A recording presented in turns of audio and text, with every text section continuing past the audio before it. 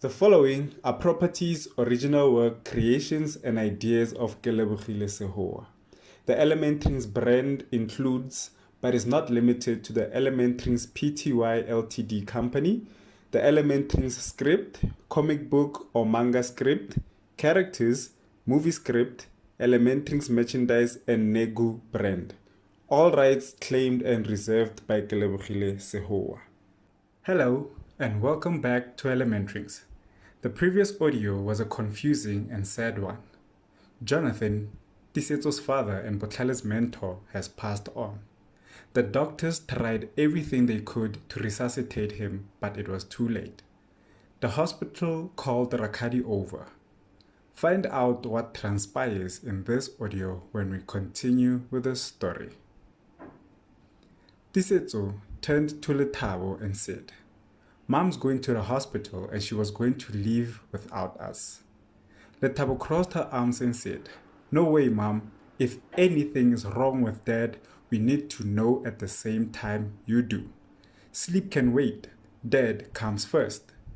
Tisetso agrees with his sister and says, "Sis is right. Besides, keeping us in the dark will only make things worse." Rakadi considered and said, "Okay, I guess you are coming with me. Let's try to be positive for your father's sake." Tisetso clenched his fists and said, "That's more like it." Rakadi pointed outside her room and said, "Now hurry and get dressed. Let's meet in the car in 5 minutes." The two siblings left the room and readied themselves for the trip. Rakadi sat on her bed and cried. "Please be okay, my love," she thought to herself. 5 minutes passed and they met at the door.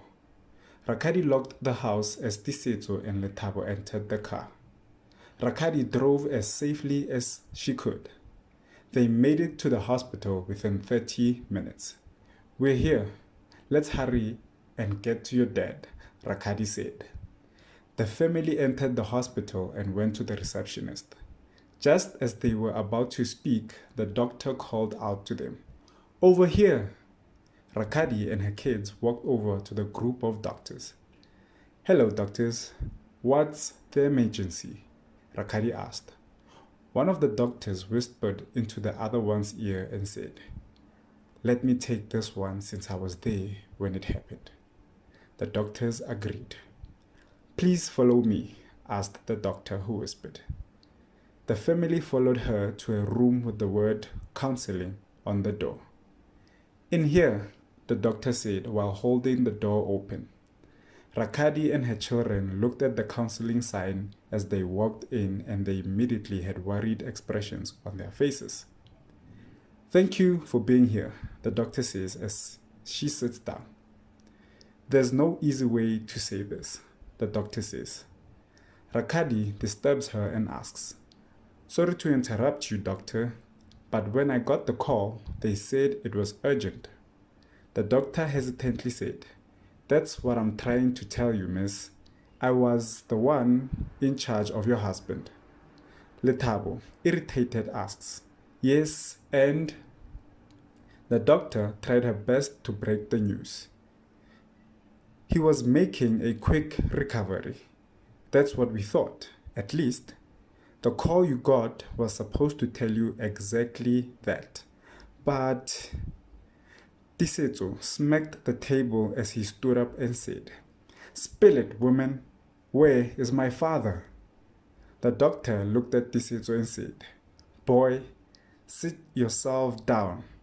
Ma'am, get your son under control or I'll call the security." Rakadi holds Tisetso and says, "Tisetso, please calm down, my boy." Tisetso listens and immediately sits down. As I was saying, Mr. Jonathan was recovering very well when suddenly he just started having a violent seizure. We tried everything we could, but we failed to save him. He never woke up after that. "I'm sorry," the doctor said. The Maatlas were devastated.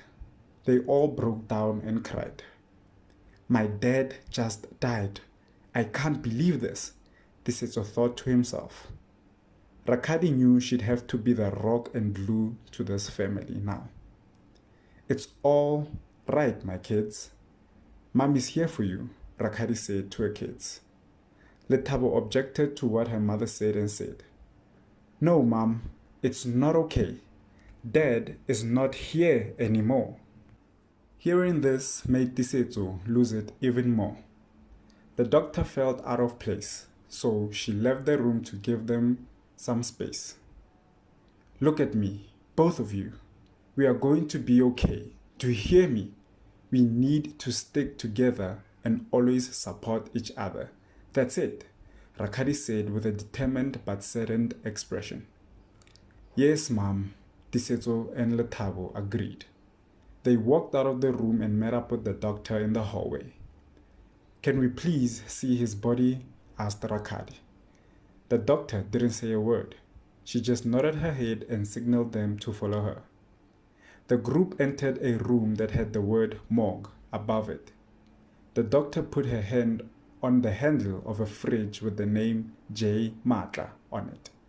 She pulled the handle and out came Jonathan's corpse. Before that moment, his family had hoped that maybe it was all a big prank, and when they saw Jonathan, he'd be alive. They all looked at his body and they were as stiff as he was. They just couldn't believe it. They all began crying frantically and embracing each other at the same time. The doctor left the room once more as she felt out of place again. "Poor lot. I'm curious as to how they'll cope," the doctor thought to herself. Rakadi thought, "Rest in peace, my love. You'll forever be in our hearts." Tisetso had his thoughts as well. "Being your son was and still is my greatest honor. I'll miss you, Dad." Lethabo was last. "Dad, you were such a loving soul. The afterlife is lucky to have you." Rakadi left the room as she told her kids, "Let's get out of here." Tisetso pushed his father back into the fridge while saying, "Rest in peace, Maatla." Tisetso exited the room and closed the door behind him. The doctor was waiting for them and she said, "Please go home and get some sleep.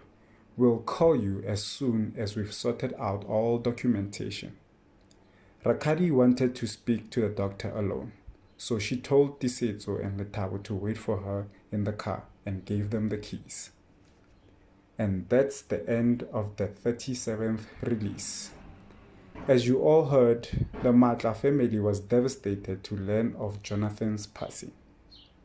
Please keep tuning in as we will unravel the many other revelations of ElementRings. Thanks for the support and bye for now.